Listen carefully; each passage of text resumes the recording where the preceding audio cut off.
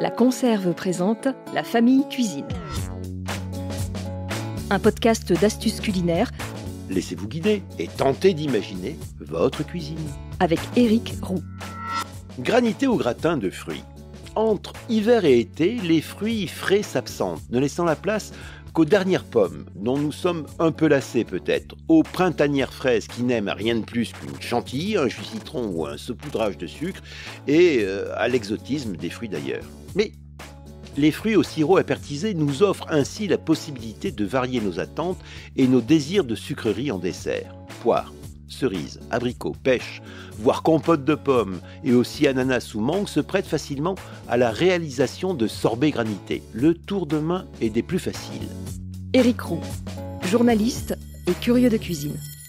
Sans autre forme de procès, passez au mixeur le contenu d'une boîte de fruits au sirop, fruits et jus compris. Ajoutez avec modération du sucre, du style 1 à 2 cuillères à soupe, le jus d'un citron et pourquoi pas son zeste râpé.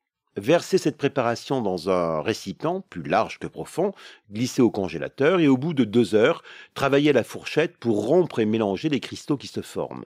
Renouvelez ce granitage à la fourchette de demi-heure en demi-heure, le temps que votre préparation soit prise par le froid. C'est tout. Procédez de la même manière avec la compote, sans passer par l'étape du mixeur. Vérifiez que votre compote est sucrée ou juste au naturel, ce qui décidera de l'ajout ou pas de sucre en plus. Et de la même manière, glissez au congélateur et travaillez à la fourchette pour graniter.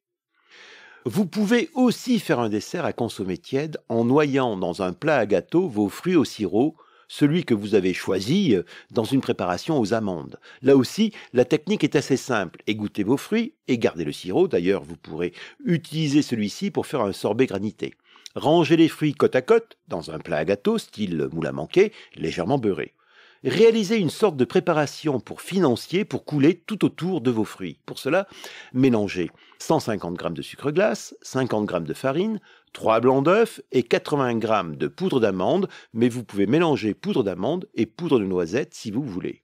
Travaillez au fouet tout en incorporant 120 g de beurre que vous aurez préalablement fondu, laissé colorer noisette et refroidi. Ce mélange doit être bien travaillé au fouet. Coulez cette préparation tout autour de vos fruits et glissez au four préchauffé à 200 degrés pour 15 à 20 minutes. Vous aurez bien sûr gardé vos jaunes d'œufs non utilisés pour une autre préparation, style cannelé ou pastéis de nata. Pour profiter des parfums et du moelleux de votre dessert fruits financier, dégustez-le juste refroidi.